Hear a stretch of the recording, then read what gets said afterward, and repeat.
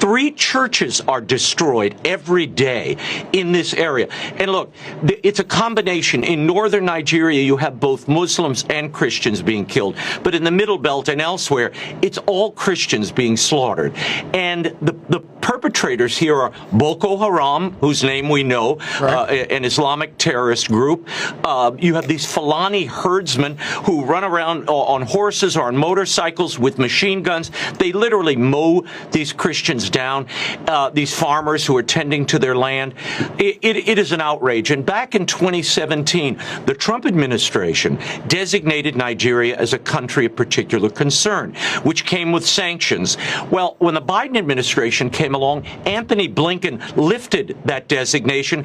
He said these murders were being committed because of climate change.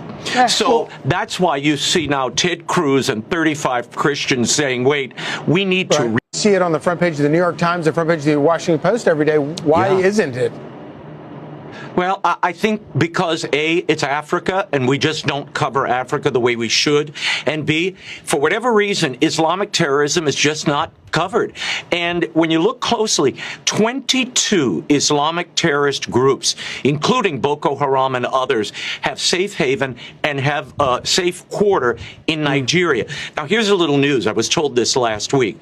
There is a group of Nigerian legislators coming to Washington this week trying to petition the Trump administration and Congress from designating their country as a one of particular concern. They don't want this, but they're doing nothing to protect the Christian population there and to stop these radical Islamic groups from just laying waste to people on the other side of the religious divide from them. But I've spoken to Christian leaders there for decades. They will tell you they are very much.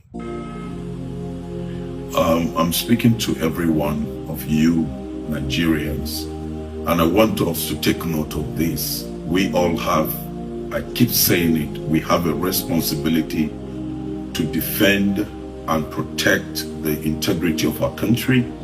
We also have a responsibility to make sure that this country do not go into the point where we continue to ride on deception. Truth is truth, and truth must not be covered for anything. If there is anything that has been brought up, we must work together to see to an end to this reality. There is this issue that is ongoing about the genocide in Nigeria against the Christians or the Middle Beltans. It is true. We can't deny it. Before the militants and some of the Islamics began to kill some of the Hausas in Zamfara and other places, we all know that Christian communities were totally displaced. And we have recorded tens of thousands of Christians in the northern Nigeria that have been killed and their communities have been taken away. This is genocide. What is the meaning of genocide? I mean, the English definition is there. What genocide means. Now, I want you, except you are an enemy of Nigeria, but if you know that you're passionate and you're patriotic about the state of this country, then we must share this among ourselves and speak the truth to ourselves and agree with the reality of what is on ground.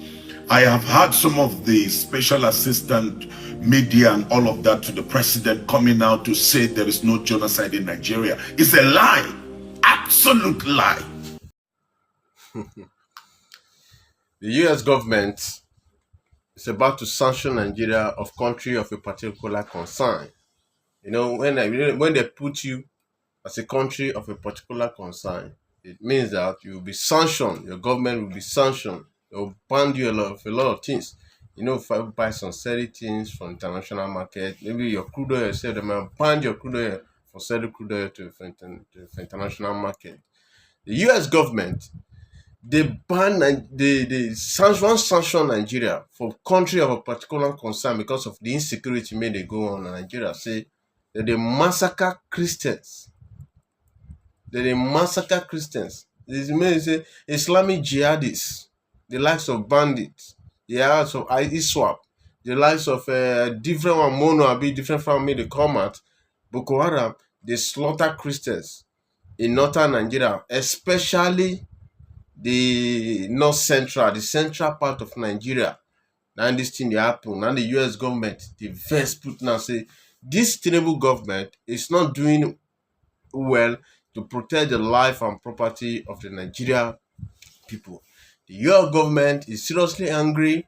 The Secretary of State, Marco Rubio, they don already brief him, and he don already brief Donald Trump about everything, and they are not happy that Christians in the northern part of Nigeria, especially Benue State, Kwara State, Niger State, Plateau State, they buy the anyhow, all these Islamic jihadists. But the Nigeria government, they try to deny and say, na lie, something that they happen. Say the insurgency wey dey go on for Nigeria, they affect Muslim and Christian. But the US government, they already do their findings. They don't say and say the jihadists, they buy people. Now, Christian and Muslim, they affect well for Borno State, for the northern part of Nigeria, for the northeast and the northwest. But for the north central, where Muslim and Christian dominate, they buy Christian anyhow, especially from Plateau State, especially from Benue State, sometimes Niger State, Kogi State. So the US government is really angry for the Tinubu administration because the Tinubu administration has not really done well in terms of security. They are not done well in terms of security to protect life and property in Nigeria. The US government is set to sanction Nigeria of a country of a particular concern right now.